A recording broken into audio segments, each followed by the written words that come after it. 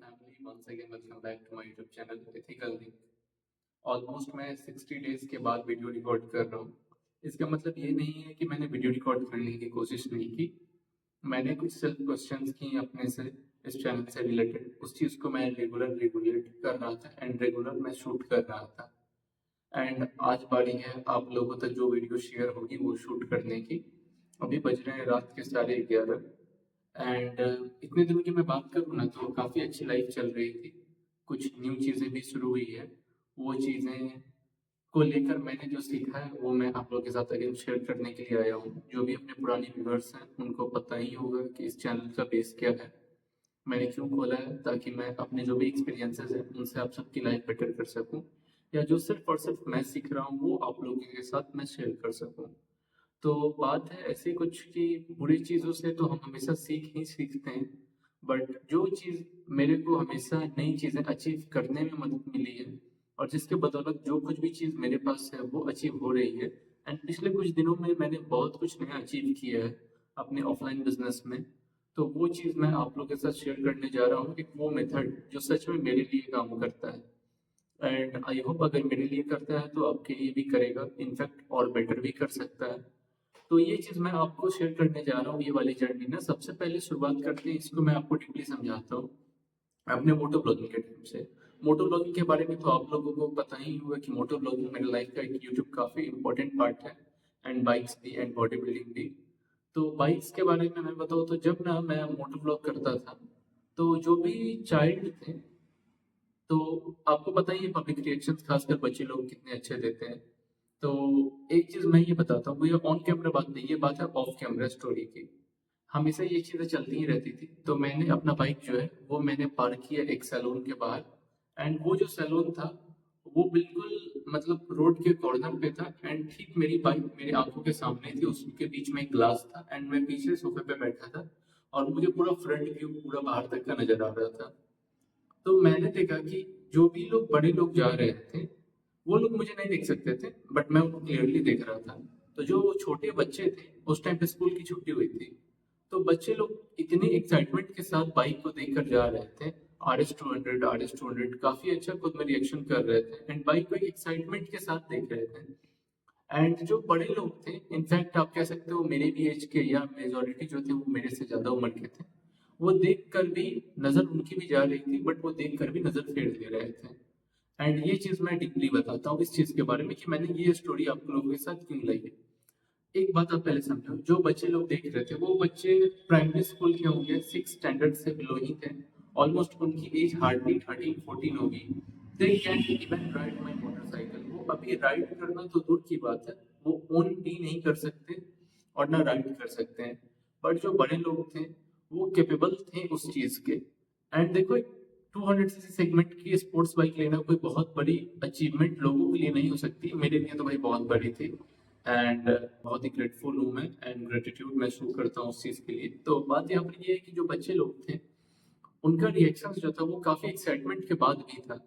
And इस चीज़ के बारे में मैं आप लोगों को बताना चाहता हूँ कि जब मैंने देखना रिसेंटली शुरू किया था, अपने स्कूल टाइम से भी पहले आप बोल सकते हो, बाइकिंग के बारे में या एक्साइटेड गाड़ियों के बारे में, तो उस टाइम पे मैं भी काफी एक्साइटेड के साथ देखता था।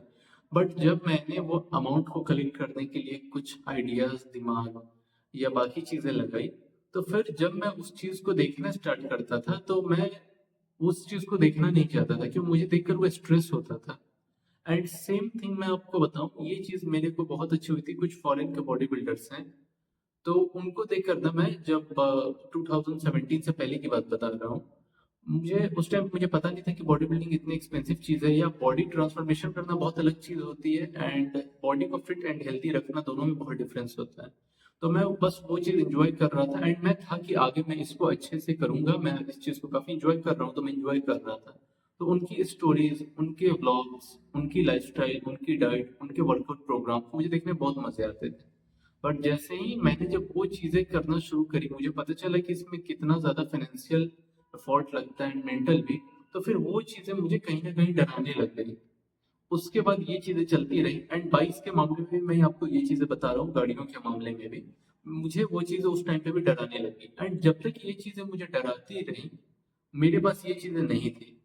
एंड लेने से कुछ समय पहले मैं आपको ये चीज, मैं अब ये सर्कल कंप्लीट हुआ है तो मैं नोटिस कर रहा हूँ, जो भी गाड़ियों के पहले मैं बताऊं आप लोगों को, मेरे डिलीवरी लेने से ठीक कुछ समय के बाद, पहले सॉरी, कुछ ऐसे डिलीवरी वीडियोस थे जिनको मैंने इतना ज़्यादा एंजॉय किया था पूरी फैमिली के साथ। डिलीवरी वीडियोस मैं अभी देखता हूँ, ये बहुत अच्छी एक चीज़ है मेरे लिए। एंड होप करता हूँ अब मेरी जल्दी ही एसयूवी आएगी तो उसकी मैं डिलीवरी वीडियो अच्छे से वैसे ही एंजॉय करूंगा अपने लिए।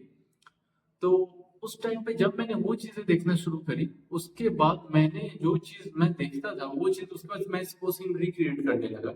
मैंने भी अपनी बाइक को वैसे ही रिलीज किया, मैंने भी वो बड़ी गाड़ी की चाबी ली, मैंने भी first taking delivery of my dream bike की वीडियो बनाई। मतलब वो चीज बिल्कुल ब्लू प्रिंट की तरह मैंने वहां चीजें को अपने किया। ऐसा नहीं है कि प्रॉब्लम्स नहीं थे, प्रॉब्लम्स शुरू से थे, अभी भी हैं, अब नेक्स्ट लेवल पे हैं, बट अब चीजें भी बहुत बड़ी लेवल की है।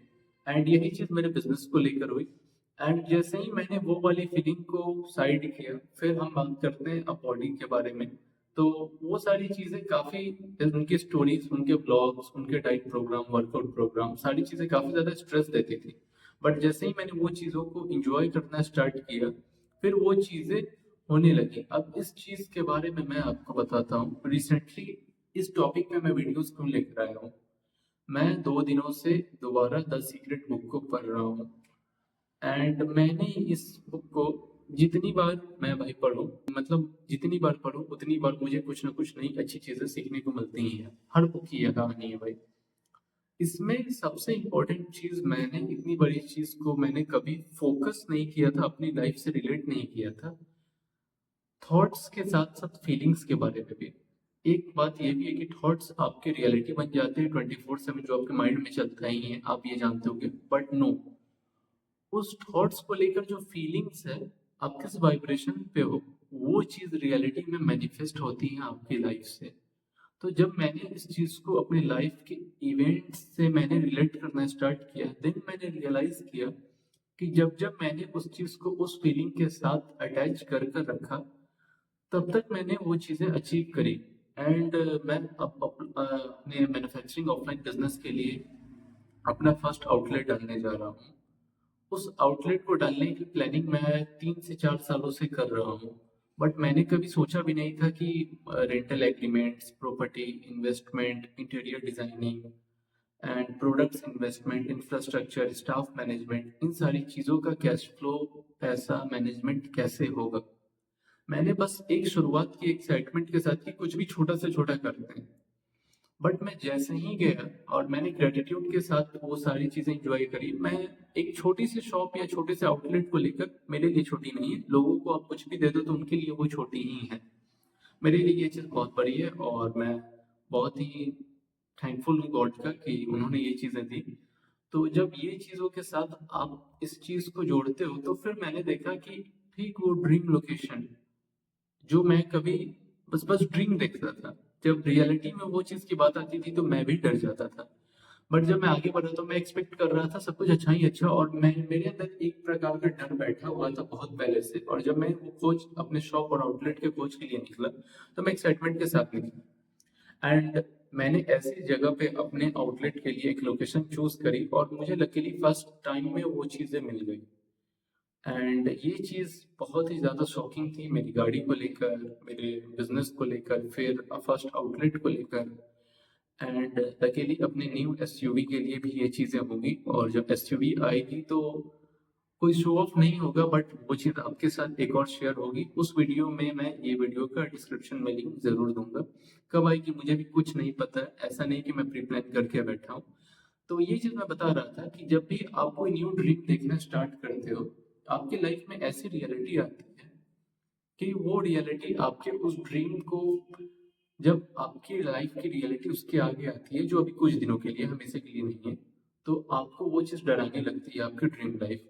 एंड वो डर की जो फ्रीक्वेंसी वाइब्रेशन होती है, वो भले ही आप कितना भी ऊपर से अपने आप को भरोसा दे दो, वो चीज आपके काम को और ज्यादा बेकार आउटपुट में ला कर देती है।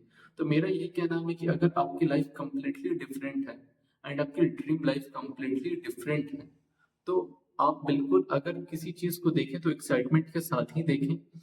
इससे एक चीज ये हो सकता है कि एक्साइटमेंट के साथ आप जैसे ही देखोगे तो उसके चांसेस तो बढ़ सकते हैं, एंड अगर बिना एक्साइटमेंट के अगर आप नजरें फेर दोगे तो धीरे धीरे आपकी सोच छोटी होती चली जाएगी, और जो सपना आपने बचपन में अपने लिए देखा था खुद की हेल्प के लिए एंड अपने फ्यूचर को एक विजन बनाया था, वो धीरे धीरे खत्म हो जाएगा।